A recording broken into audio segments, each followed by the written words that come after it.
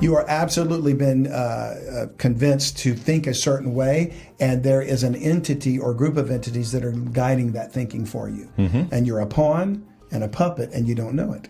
Okay?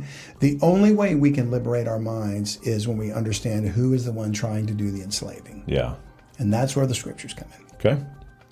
So, John, let's go to 2 Corinthians chapter 4. It's a passage that should be familiar to a lot of believers, but if you're tuning into this and you are not familiar with the Word of God, I want you to know that this is the source of all of this deception. Okay. In verse 3, we read, "But if our gospel be hid," the good news of Christ, "if our gospel be hid, it is hid to them that are lost, in whom the God of this world," that's a little g. That's not God the Creator. That's not the Holy Father. That's Satan.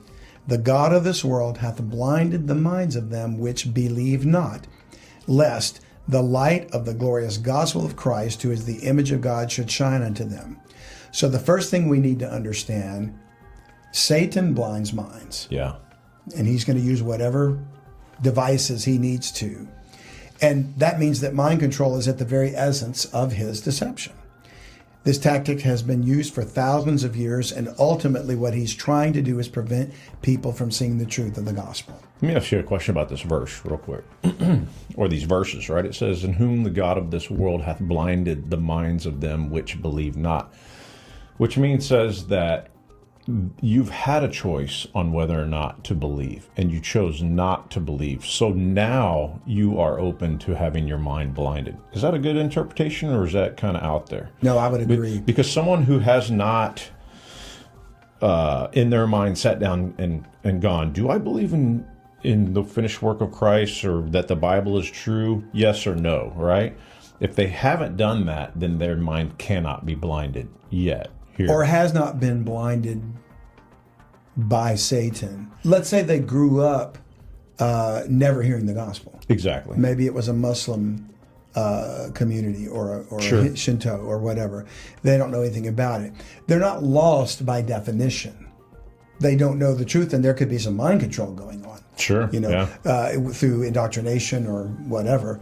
But they're not blinded in the same way this definition is giving. Because you would have to hear, understand, and reject the truth to be lost. Yeah, that's what I was getting at. So once you've made that decision, I've heard the gospel. I've said, nah, I'm not really buying into that. That's crazy. Some guy died,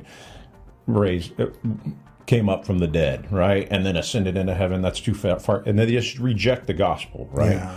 At that point, their minds can be blinded by Satan. Correct. And so in that scenario, that's a perfect example of a person that matches the definition of lost. Yeah. Doesn't mean they can never get saved.